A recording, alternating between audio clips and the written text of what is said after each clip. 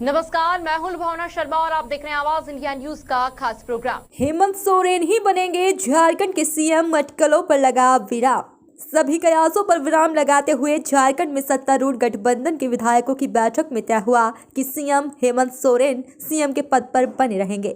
विधायकों ने उनके नेतृत्व के प्रति एकजुटता व्यक्त की। सभी ने एक स्वर में कहा कि ईडी जैसी एजेंसियों के जरिए सरकार को अस्थिर करने की साजिश का जमकर मुकाबला किया जाएगा। विधायकों ने कहा कि वे सीएम हेमंत सोरेन के हर फैसले के साथ खड़े हैं। बैठक में हेमंत सोरेन ने गठबंधन के विधायकों से कहा कि वे इस्तीफा नहीं देने जा रहे हैं। सरकार का चेहरा बदलने की जो बातें मीडिया में चल रही हैं, उस पर ध्यान देने की जरूरत नहीं है। विपक्ष के लोग हवा में बातें उछाल रहे हैं। उनका मकसद सिर्फ यही है कि सरकार को कमजोर किया जाए, लेकिन हम लोग पर हर परिस्थिति का डटकर मुकाबला करेंगे। केंद्रीय एजेंसियों की कार्रवाई हम लोगों के लिए कोई नई बात नहीं है। चुनावी वर्ष आया हो तो इस तरह की गतिविधियां और बढ़ेगी।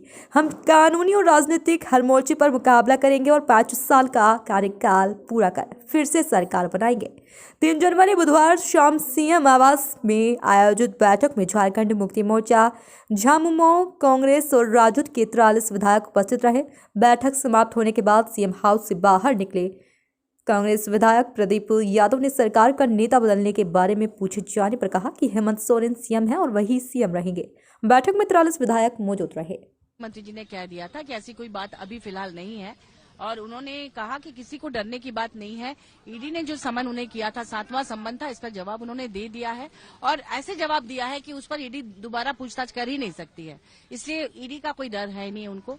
ये बात और है कि दूसरे किसी रास्ते से कोशिश कर रही है बहुत ज्यादा, शुरुआती दिनों से ही, जब से सरकार बनी है, कि कैसे भी करके सरकार गिराया जाए। ये तो प्रयास उनका शुरू से ही चल रहा है, तो उससे लड़ने के लिए तैयार हैं। उन्होंने कहा कि गुरुजी का खून है उनमें, वो डरते नहीं है, इसी तरह से लड़के ही वो आगे बढ़ेंगे।